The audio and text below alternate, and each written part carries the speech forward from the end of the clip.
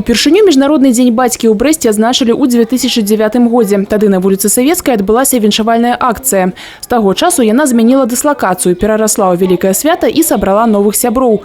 І хаця ў Беларусі міжнародны дзень бацькі свята неафіцыйнае, але з кожным годам яно набывае ўсё больш важкі статус. Увага да яго расце як з боку грамадскіх аб'яднанняў, так і дзяржаўных устаноў. День отца празднуется в мире вообще 109 год. У нас это пока 10-й, да, такой наш брестский, можно сказать, День отца. Я надеюсь, что обязательно найдет День отца, и Красный день календаря тоже будет официальным праздником нашей Республики Беларусь. З года ў год нязменная задача фестывалю ўзмацніць ролю бацькаўства, а таксама прыцягнуць увагу да тых бацькаў, якія гадуюць дзяцей без жонак. У Брэсце такіх каля 200. Трэцяя частка іх пражывае ў маскоўскім раёне. Як правіла, свой статус такія мужчыны не афішуюць і з дапамогай звяртаюцца нячаста.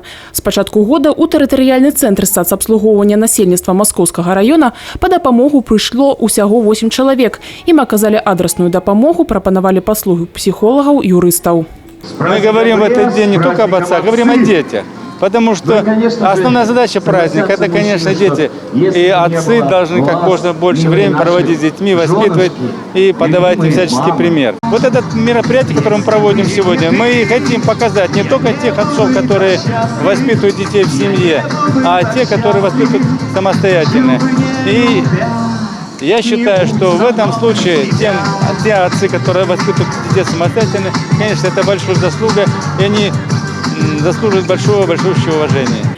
Свята не толькі бацькаўскае, але і дзіцячае. Забаўляльныя і канцэртныя праграмы, разнастайныя гульнявыя зоны, атракцыёны, інтэрактыўныя пляцоўкі. Усё для добрага настрою и адпачынку. С каждым годом возникает все больше различных идей, но то, что у нас уже в рамках мероприятия зародился папа-парад, это, пожалуй, наша изюминка. И причем она уникальна на всю республику. Папа-парад он только лишь в нашем городе в Бресте. Этим мы, несомненно, гордимся. Ну и флешмоб «Танцуем с папой».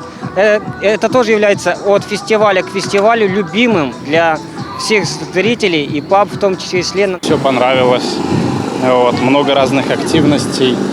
Вот, ребенку нравится, папе тоже. Наверное, большее впечатление на нас с дочкой провел триатлон, потому что такое достаточно необычное мероприятие. То есть мы как бы слышали, может, с дочкой, но не видели вживую, поэтому такое достаточно интересное. Очень хорошо, что есть такой день, когда можно выйти с семьей, и аттракционы сегодня здесь замечательные работают.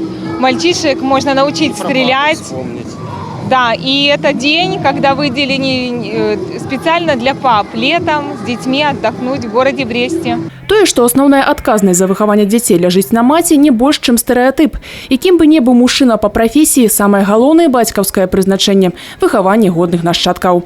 Дзена Мішчук, Сергей Мацвійчук, тэлерадыёкампанія «Брэст».